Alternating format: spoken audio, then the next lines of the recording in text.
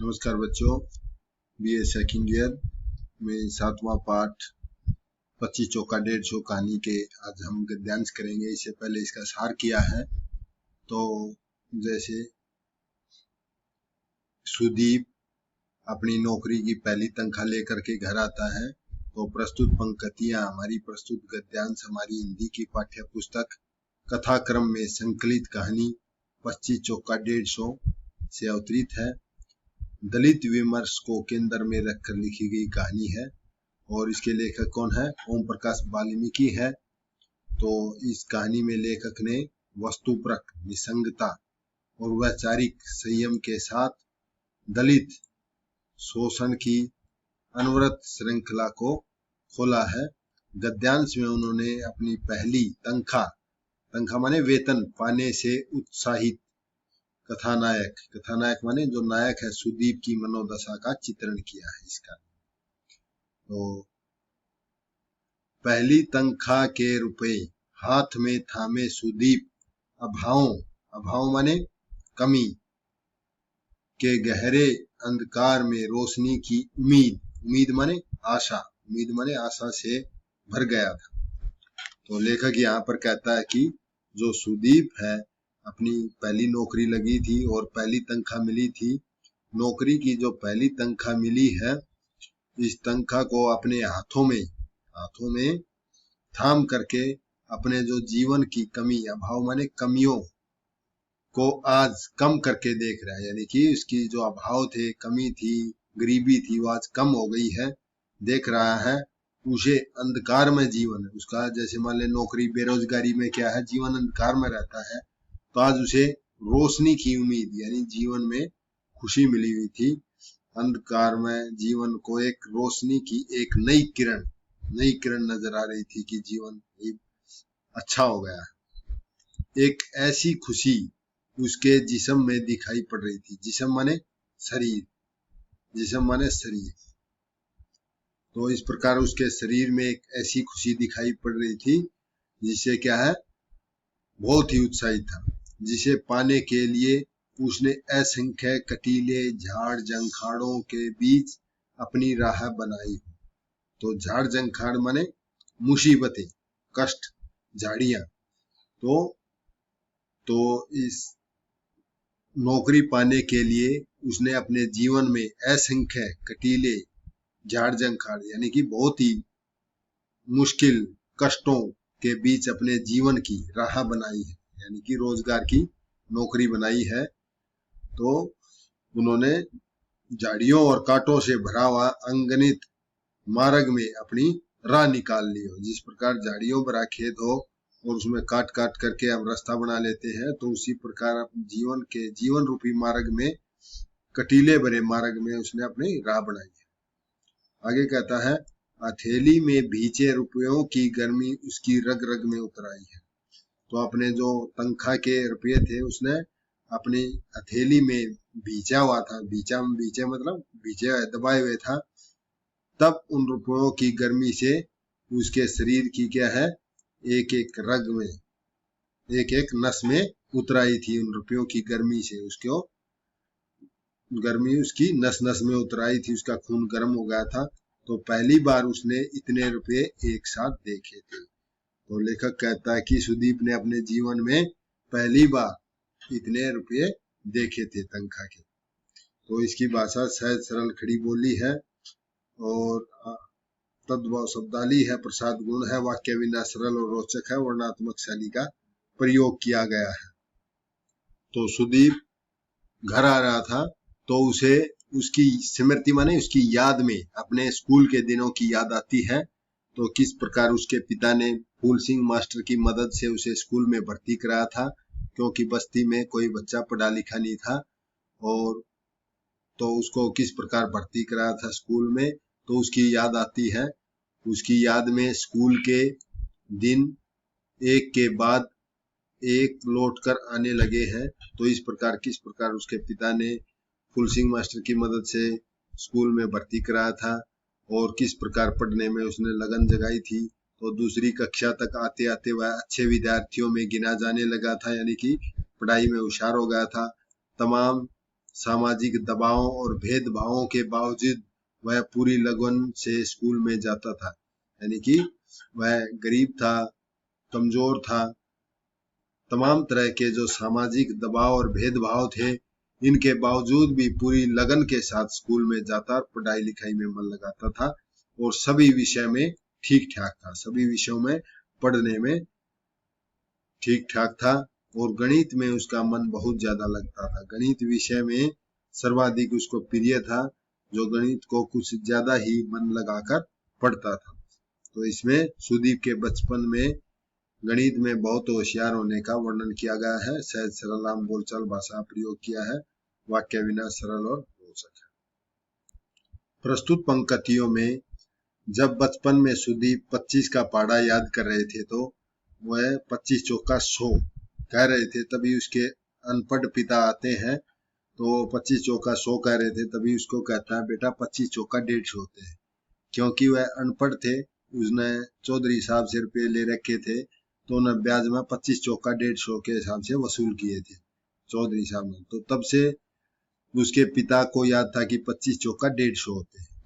तो उसने अपने बेटे को डांटते हुए कहा कि तेरी किताब में गलत भी तो हो सके है, नहीं तो क्या चौधरी झूठ बोलेंगे। तो उसने सुदीप को डांटते हुए कहा कि तेरी पुस्तक में 25 चौका 100 लिखा हुआ है तो है गलत भी हो सकता है, तो नहीं तो क्या चौधरी साहब, जो चौधरी है साहूकार है, वे झूठ थोड़ी बोलेंगे 25 चौका 150 होते हैं।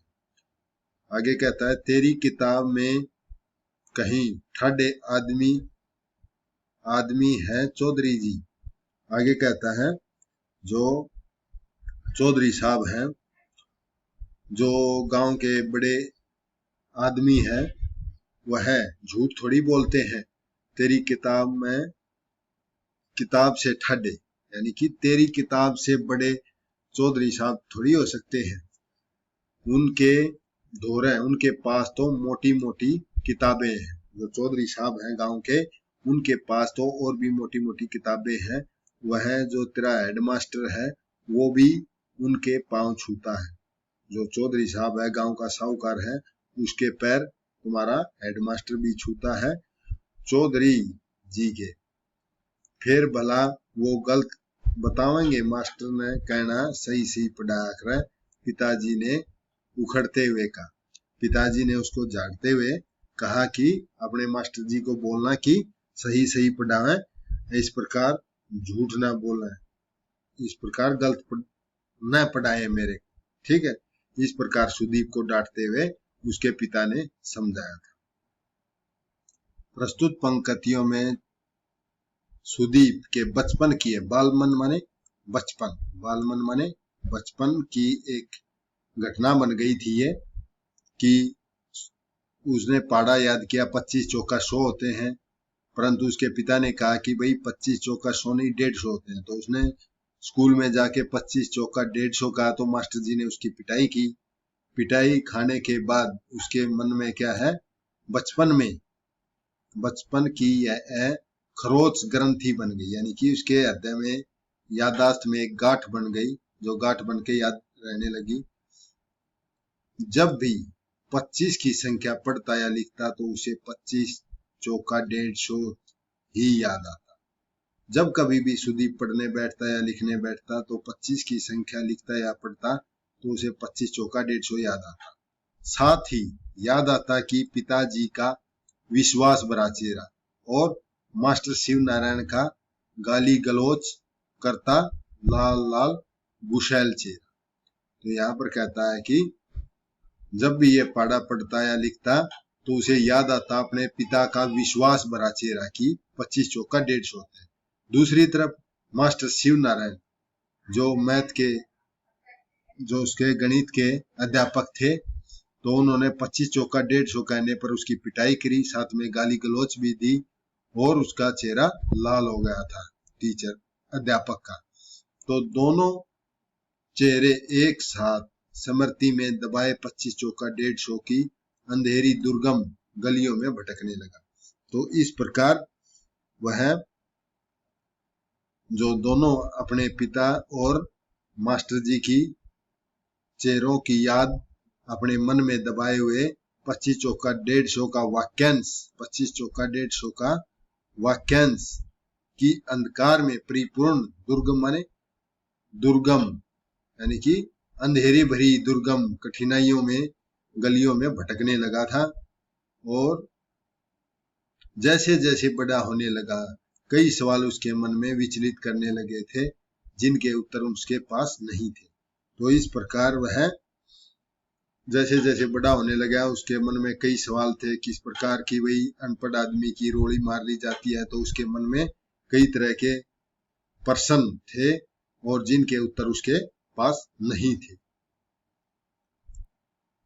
जेब से निकालकर तनख्वाह के रुपए उनके हाथ में रखकर पांव छुए तो सुदीप ने अपनी जेब में पहली तनख्वाह के रुपए निकाल करके अपने पिता के हाथ में रखे थे और फिर पिता के पैर छुए। पिताजी गदगद हो गए थे कि उसके पिताजी बेटे की पहली तनख्वाह पा करके भाव विभोर हो गए थे और दोनों हाथों से रुपये थाम कर माथे से लगाया। उसके पिता ने दोनों हाथों से रुपयों को अपने माथे से लगाया जैसे देवता का प्रसाद ग्रहण कर रहे। तो उन्होंने दोनों हाथों से रुपये लेकर के और माथे से लगाया, ऐसे लग रहा था जैसे देवता का प्रसाद ग्रहण कर रहे हो। और मन ही मन अस्फुट शब्दों में कुछ बुदबुदाए माने बड़बड़ाना। तो मन ही मन में परमात्मा का धन्यवाद किया। अस्फुट माने अस्पष्ट शब्दों में बड़बड़ाना किया उन्होंने। फिर सुदीप की माँ को पुकारा। उस सुदीप के पिता ने फिर सुदीप की माँ को पुकारा, दीपे की माँ करके यहाँ तो आ, ले संभाल अपने लाडले की कमाई। तो फिर उसके पिता ने उसकी माँ को पुकारा। सुदीप की जगह उसने क्या कहा, सुदीप की माँ इधर तो आ, ले संभाल तेरे लाडले की कमाई, यानी कि पहली बार नौकरी की कमाई लेके आया है, इसको संभाल के रख। तो यहाँ पर सुदीप ने 25-25 रुपए की 4 डेरी लगा करके उन्हें गिनकर अपने पिता को समझाया कि 25 चौका 100 होते हैं। तो उसके पिता की मनस्थिति का चित्रण किया गया है। पिता के हृदय में जैसे अतीत जलने लग गया हो। तो इस प्रकार सुदीप के पिता को ज्ञात हो गया कि 25 चौका 100 ही होते हैं। तो जो उसके अतीत माने जो पहले था, अतीत के बारे में जो सारी घटना थी एकदम से जलने लगी। उसका विश्वास जिसे पिछले 30-35 सालों से वे अपने सीने में लगाए हुए चौधरी के गुणगान करते नहीं अगाते माने थकते थे। तो इन पंक्तियों में कहा है कि जो सुदीप के पिता 30-35 सालों से चौधरी साहब के गुणगान करता रहता था, तो उनके गुणगान करते कभी नहीं थकता था, वह आज अचानक कांच की तरह चटक कर उसके रोम रोम में समा गई थी। तो उसके प्रति जो विश्वास था वह अचानक जिस प्रकार कांच का शीशा टूटकर चटक कर अलग अलग हो जाता है, उसी प्रकार उसका विश्वास भी टूट करके उसके रोम में समा गया था। और उनकी आंखों में एक अजीब सी वितृष्णा माने अनिच्छा।